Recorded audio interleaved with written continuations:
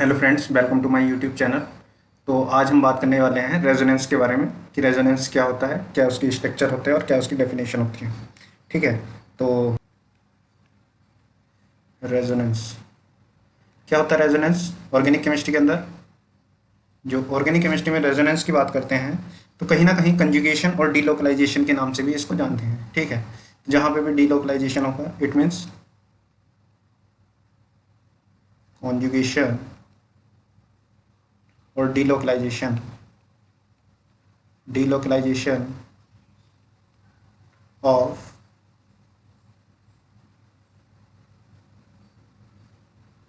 conjugation or delocalization of alternate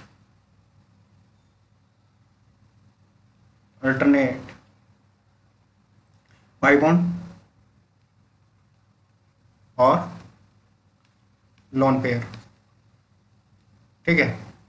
तो conjugation और delocalization of alternate pi bonds का means क्या है कि जैसे अगर कहीं कोई मॉलिक्यूल्स है, मान लीजिए CH3 CH2 double bond CH single bond CH2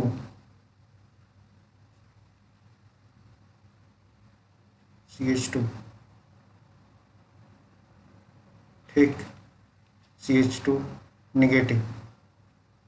ठीक है। इस तरीके से कोई मॉलिक्यूल्स हैं, सॉरी इसको हटा दें। ठीक, एक ही स्टेप में, तुम चाहो तो दो स्टेप में भी कर सकते हो। ठीक है।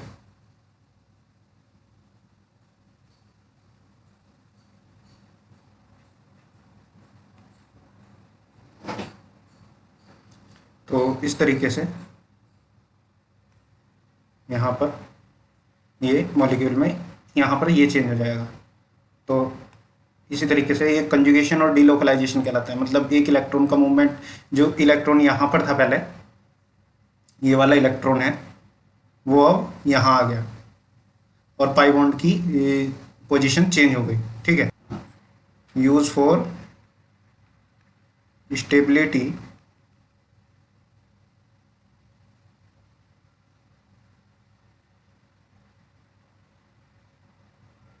Of all type of intermediate।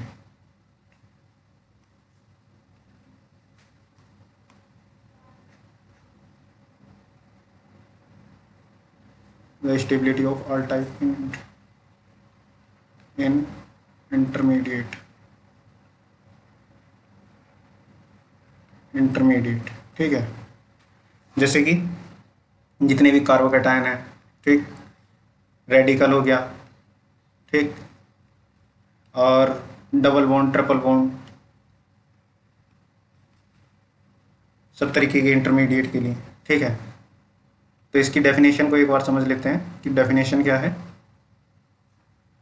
तो डेफिनेशन की बात करें तो जो मॉलिक्यूल्स है, कोई मॉलिक्यूल है, डेफिनेशन से पहले एक मॉलिक्यूल भी हो सकता है या आयन भी हो सकता है। जैसे बेंजीन है, तो इसका स्ट्रक्चर हम ये भी पढ़ते हैं। ठीक है। और इसका स्ट्रक्चर हम क्या करते हैं, ये भी पढ़ते हैं। ठीक। तो ये क्या होगा, इसमें और इसमें ए और बी में क्या अंतर है? सिर्फ पाई बॉन्ड्स का इंटरचेंज है। ठीक, रेजोनेटिंग स्ट्रक्चर बोलते हैं। ठीक है। और रेजोनेटिंग के अलावा इसको कैनोनिकल स्ट्रक्चर भी बोलते हैं। और इसको हम यहाँ पर इस तरीके से एक स्ट्रक्चर को पढ़ते हैं बेंजीन के। इसको बोलते हैं हाइब्रिड स्ट्रक्चर ऑफ बेंजीन। ठीक है। हाइब्रिड स्ट्रक्चर ऑफ मॉलिक्यूल या आयन, जो ऊपर वाला था निगेटिव चार्ज वाला, वो आयन था। ठीक है। मॉलिक्यूल आयन रिप्रेजेंट टू और मोर देन टू और मोर लुईस स्ट्रक्चर। ठीक है। More Lewis structure that differ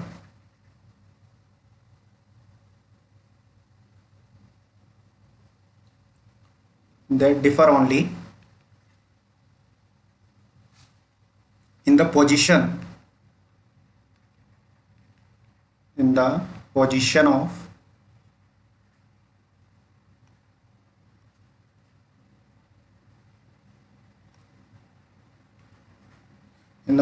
of electron,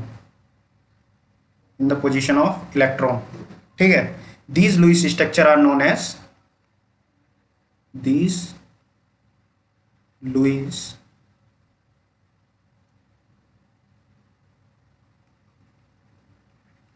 structures are known as resonating structure।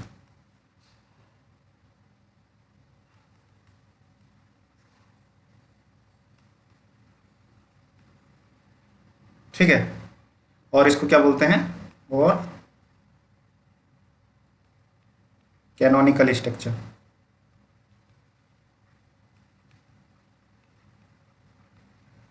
ठीक है, जो मॉलिक्यूल्स और आयन होंगे उनका सिर्फ डबल बॉन्ड की पोजीशन अगर चेंज हुई तो इनको क्या बोलते हैं, रेजोनेटिंग स्ट्रक्चर। इसके बाद क्या करते हैं, रेजोनेंस हाइब्रिड के बारे में बात करते हैं, जो हाइब्रिड स्ट्रक्चर ऑफ बेंजीन था इसके बारे में बात कर लेते हैं एक बार। रेजोनेंस हाइब्रिड जो होता है ये एक्चुअल स्ट्रक्चर ऑफ मॉलिक्यूल्स होता है, स्ट्रक्चर ऑफ द मॉलिक्यूल, या फिर इसको बोल सकते हैं average resonating structure.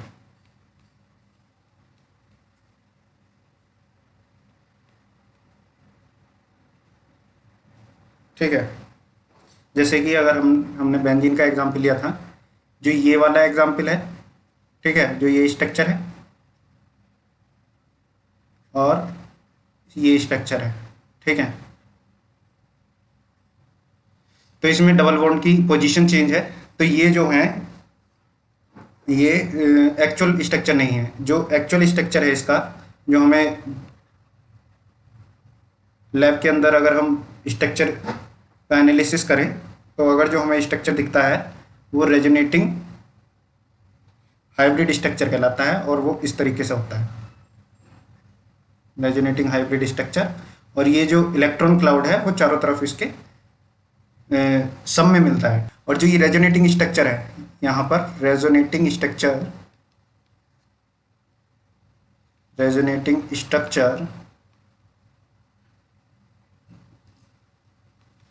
Can't be isolate. Hybrid structure को देख सकते हैं एक बार, लेकिन ये जो रेजोनेटिंग स्ट्रक्चर होंगे जितने भी, ये आइसोलेट नहीं होंगे, मतलब नहीं मिलेंगे। ठीक है, तो अब अगर हम बात करें इसके रेजोनेटिंग स्ट्रक्चर कैसे फॉर्म होते हैं, जैसे और भी मॉलिक्यूल्स है, जैसे हमने अगर हम एनिलीन का एग्जांपल लेते हैं यहाँ पर, ठीक, तो इलेक्ट्रॉन रिच सेंटर कौन सा है, ये वाला NH2 ग्रुप। ठीक है, NH2 ग्रुप में क्या करेगा, ये इलेक्ट्रॉन को डोनेट करेगा और ये पाई बॉन्ड को यहाँ पर इस तरीके से।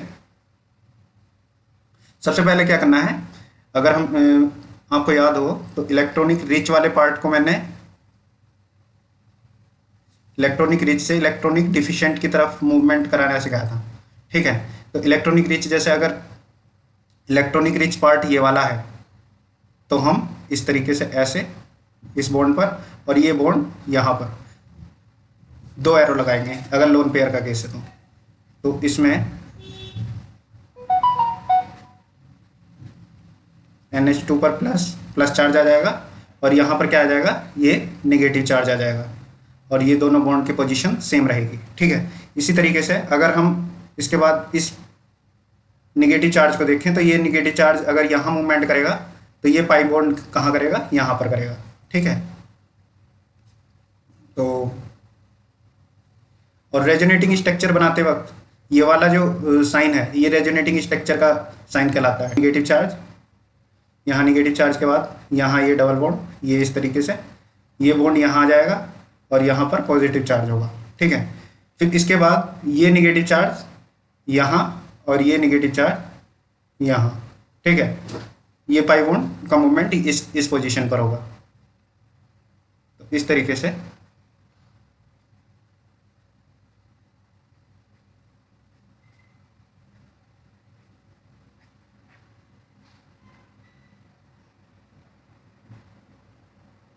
ये निगेटिव चार्ज यहाँ, ठीक, और उसके बाद डबल बॉन्ड यहाँ, फिर ये निगेटिव चार्ज यहाँ और ये पॉजिटिव चार्ज ये यहाँ, ठीक। तो इसको हम किस तरीके से बनाएंगे, ये अपना उसी पोजीशन में बॉन्ड का इंटरचेंज हो जाएगा, ठीक। तो यहाँ पर कितने स्ट्रक्चर बने, यहाँ पर resonating structure, number of resonating structure कितने हुए यहाँ पर, 1 2 3 4 एंड 5, जहाँ पर पोजीशन चेंज है पाई बॉन्ड्स की, तो इसको हम रेजोनेटिंग स्ट्रक्चर बोलेंगे, ठीक है। इसी तरीके से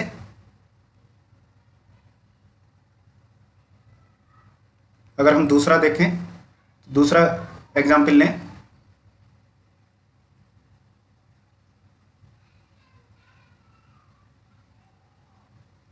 फिनोल का, तो ये आप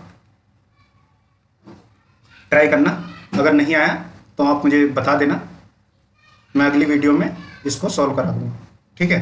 इसी तरीके से अगर हम हेट्रोसाइक्लिक मॉलिक्यूल्स की बात करते हैं, जैसे कि अगर हम बात करें,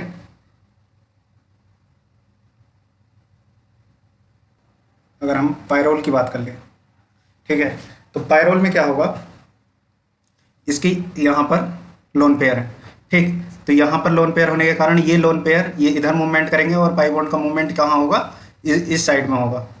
इलेक्ट्रॉन डेंसिटी लोन पेयर को ही क्यों लेके जा रहे हैं, क्योंकि हमने स्केल में बताया था, स्केल बताया था कि लोन पेयर निगेटिव चार्ज, फिर उसके बाद लोन पेयर और फिर डबल बॉन्ड, ठीक है। तो जो ऊपर से नीचे को इलेक्ट्रॉन का मूवमेंट होता है, ठीक, तो इस वजह से लोन पेयर से डबल बॉन्ड की तरफ मूवमेंट कर रहे हैं हम, ठीक है। ये हमने पिछली वीडियो में बताया था इलेक्ट्रॉनिक डेंसिटी स्केल के नाम से, ठीक है। तो वहाँ से भी इस वीडियो को देख सकते हैं, ठीक। और इसके बाद अगर हम इसका मूवमेंट कराएं तो मूवमेंट क्या होगा, ये इधर और ये इधर, ठीक, इस पोजीशन में। तो थोड़ा बड़ा करके बना लेते हैं, ये निगेटिव चार्ज, ठीक, निगेटिव चार्ज के बाद ये वाला लोन पेयर यहाँ पर आ गया, ठीक है, और इसके बाद ये यहाँ, ठीक, और यहाँ क्या आ गया, पॉजिटिव चार्ज, क्योंकि अपने इलेक्ट्रॉन डेंसिटी डोनेट कर दी, तो यहाँ पर पॉजिटिव चार्ज और जहाँ डोनेट की वहाँ पर निगेटिव चार्ज, ठीक। इसी तरीके से जब इसको यहाँ मूवमेंट करेंगे तो ये यहाँ आएगा, ठीक। तो इसको देख लेते हैं एक बार, नाइट्रोजन, यहाँ पर निगेटिव चार्ज और यहाँ पर डबल बॉन्ड और ये यहाँ पर, और यहाँ पर पॉजिटिव चार्ज और हाइड्रोजन, ठीक।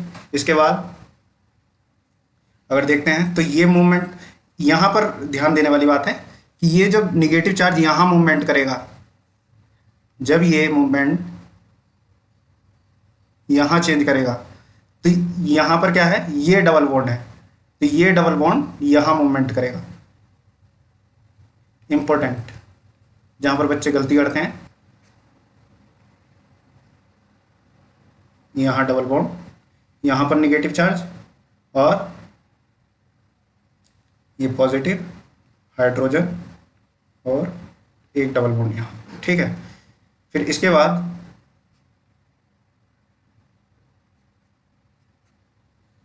इस पोजीशन को यहाँ और ये यहाँ, ठीक है।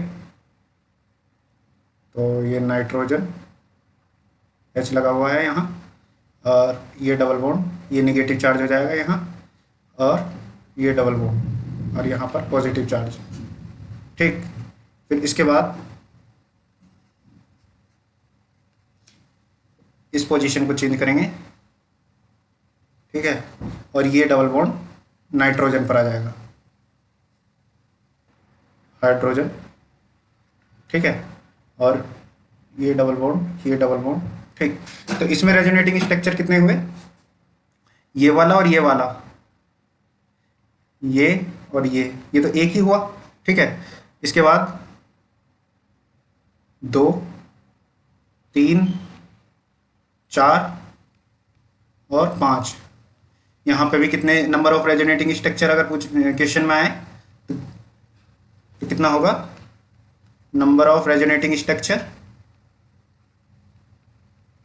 Number of resonating structure, answer is 5। ठीक, तो इस तरीके से हम रेजोनेटिंग स्ट्रक्चर को देख सकते हैं। अब रेजोनेटिंग स्ट्रक्चर के कुछ रूल होते हैं, जो ये मूवमेंट ऑफ इलेक्ट्रॉन है इसका कुछ रूल्स हैं, उनको अगर हम देख लें तो एक बार हमारे लिए और आसान हो जाएगा। ठीक है, रेजोनेटिंग स्ट्रक्चर को देख लें, क्वेश्चन अगर यह है तो आंसर इस पर नंबर ऑफ रेजोनेटिंग स्ट्रक्चर के ऊपर यहाँ पर क्वेश्चन आता है कि कितने नंबर ऑफ रेजोनेटिंग स्ट्रक्चर होंगे। ठीक है, तो सीधा सीधा क्वेश्चन आ जाता है, तो यहाँ से हम कर सकते हैं। ठीक है, तो सबसे पहले जो एनायन है, एनायन का मतलब जो निगेटिव चार्ज है, ठीक, वो कभी भी लोन पेयर को इलेक्ट्रॉन, लोन पेयर को इलेक्ट्रॉन, लोन पेयर को इलेक्ट्रॉन नहीं देगा। ठीक है, सबसे पहली बात ये याद रखनी है, कभी भी नेगेटिव चार्ज लोन पेयर को इलेक्ट्रॉन नहीं देगा। ठीक, इसके बाद दूसरी चीज क्या है, कभी भी एनायन, एनायन जो है रेडिकल को, ठीक, इसके बाद दूसरी चीज क्या है, कभी भी एनायन, एनायन जो है रेडिकल को, रेडिकल जो होगा उसको इलेक्ट्रॉन नहीं देगा। ठीक, ये इलेक्ट्रॉन डेंसिटी स्केल पर चलते हैं, तो सबसे पहले क्या था, नेगेटिव चार्ज। ठीक है, इसके हिसाब से बना रहे हैं हम रेजोनेटिंग स्ट्रक्चर के हिसाब से, नेगेटिव चार्ज के बाद डबल बॉन्ड, फिर ट्रिपल बॉन्ड, इसके बाद रेडिकल। ठीक है, और रेडिकल के बाद यहाँ पर लोन पेयर भी था। ठीक, और रेडिकल के बाद कार्बीन, कार्बीन, और उसके बाद नाइट्रीन,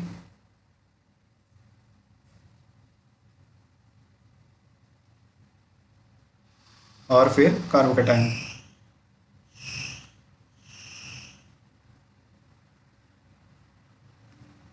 कार्बोकेटाइन, तो जो इलेक्ट्रॉन का मूवमेंट है वो ऊपर से नीचे हो सकता है, जैसे यहाँ से यहाँ, ठीक, यहाँ से यहाँ, या फिर यहाँ से यहाँ हो सकता है। ठीक है, इसके बाद यहाँ से यहाँ भी हो सकता है। ठीक, या फिर कार्बोकेटाइन तक भी, अगर हमारा रेडिकल भी है तो भी नहीं होगा। ठीक है, क्योंकि रेडिकल 7 इलेक्ट्रॉन सिस्टम है, ये जब भी निगेटिव चार्ज आएगा तो ये 2 इलेक्ट्रॉन को लेकर आएगा, तो 2 इलेक्ट्रॉन का लेने का मतलब है कि यहाँ पर 9 इलेक्ट्रॉन हो जाएंगे, जबकि ये 8 इलेक्ट्रॉन करना चाहता है। ठीक है, अगर हमारा केस, अगर कोई ये इस टाइप का केस है, जैसे PH2 आ गया, या फिर यहाँ पर कोई SH ग्रुप आ गया, ठीक है, तो यहाँ पर निगेटिव चार्ज है, तो यहाँ ये क्या होगा, मूवमेंट आराम से हो जाएगा। क्यों हो जाएगा, क्योंकि जो p ऑर्बिटल्स हैं, जो यहाँ पे फॉस्फोरस है, इसके पास क्या है, वैकेंट d ऑर्बिटल्स हैं। यहाँ लिख देता हूँ मैं एक बार,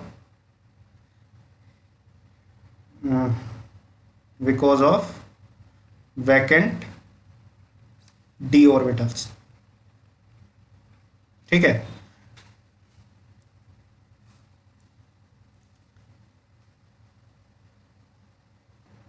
अगर हम देखें तो जैसे हमारे ये सेकंड पीरियड के एलिमेंट्स हैं, सेकंड पीरियड के एलिमेंट है, सेकंड पीरियड के एलिमेंट हैं, जैसे कि कौन कौन से हैं? Carbon, nitrogen, oxygen, fluorine. यहाँ पर क्या है कि ये जो है ऑक्टेट रूल को फॉलो करते हैं। यहाँ पर कार्बन भी 8 इलेक्ट्रॉन करना चाहता है, नाइट्रोजन भी 8 इलेक्ट्रॉन करना चाहता है, ऑक्सीजन और फ्लोरीन भी 8 इलेक्ट्रॉन करना चाहते हैं, ठीक है। लेकिन तो यहाँ पर क्या है, 8 इलेक्ट्रॉन का शेयर हो सकता है, 8 इलेक्ट्रॉन शेयर कर सकते हैं ये आपस में, ठीक।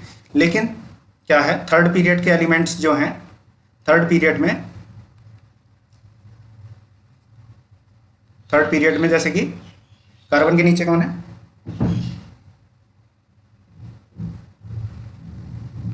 सिलिकॉन।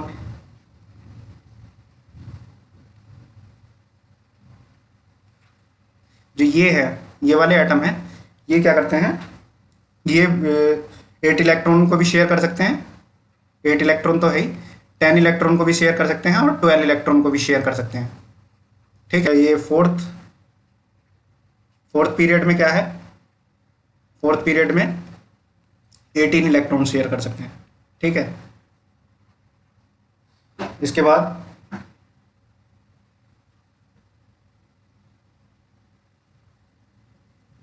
हम इसमें सेकंड पीरियड में जो ये कार्बन है, नाइट्रोजन है, ऑक्सीजन है और फ्लोरीन है, तो इसमें अगर हम देखें तो ये जनरली 4 बॉन्ड बनाता है। यहाँ पर 3 बॉन्ड बनते हैं, यहाँ 2 और यहाँ 1 बॉन्ड बनता है, ठीक है। कार्बन मैक्सिमम कितने बॉन्ड बना सकता है इन ऑर्गेनिक केमिस्ट्री में? यहाँ पर ऑर्गेनिक केमिस्ट्री में 5 बॉन्ड बना सकता है, नाइट्रोजन 4 और ऑक्सीजन 3 और ये 2, ठीक है। Maximum bond formation, maximum bond formation, ठीक है।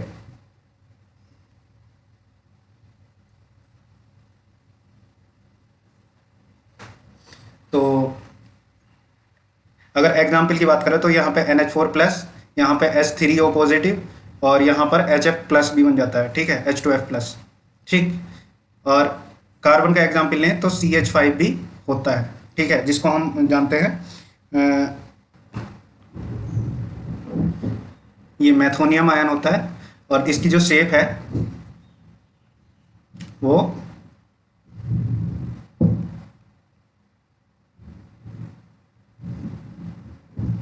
ट्राइगोनल बाइपिरामिडल होती है।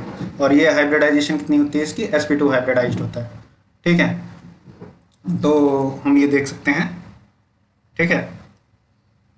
और जैसे नाइट्रोजन में यहाँ पर मैक्सिमम बॉन्ड कितने बने? 5। इसी तरीके से NH3 और फिर NH4 पॉजिटिव ये भी होता है, ठीक।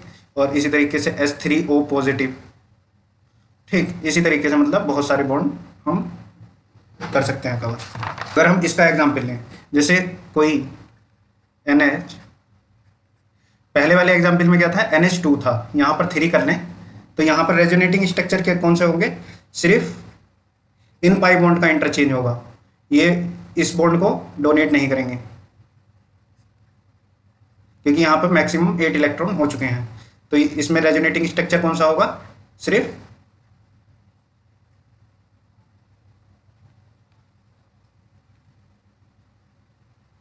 ठीक।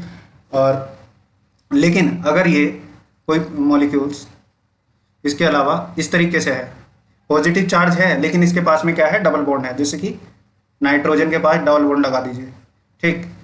और फिर ये बेंजीन लगा दीजिए, ठीक। इसके बाद तो ये क्या काम करेगा? ये यहाँ और ये यहाँ जा सकता है, ठीक, इस तरीके से। लेकिन अगर इस केस में है तो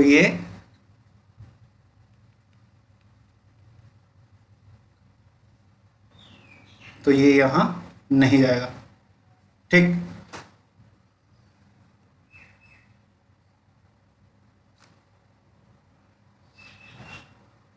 तो इससे हमें क्या पता चलता है कि हर एक कैटायन जो है इलेक्ट्रॉन नहीं लेता है, क्योंकि अगर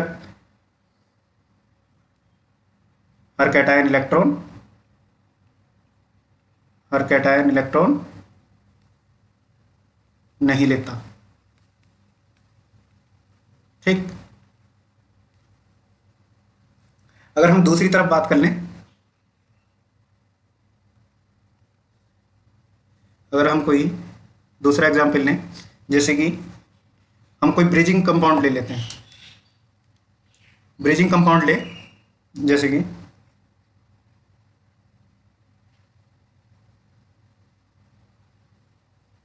ये कोई ब्रिजिंग कंपाउंड है। ठीक। और इसमें यहाँ पर ब्रिजिंग पे एनायन है। ठीक। तो ये क्या होगा, ये एनायन डीलोकलाइज नहीं होगा। ठीक है। एनायन के पास ही अगर ये पॉजिटिव चार्ज है, तो ये एनायन, इसको इलेक्ट्रॉन यहाँ पर पाई बॉन्ड नहीं आ सकता है। क्यों नहीं आ सकता है, ये हम अगली वीडियो में बताएंगे, ब्रेड्स रूल के बारे में।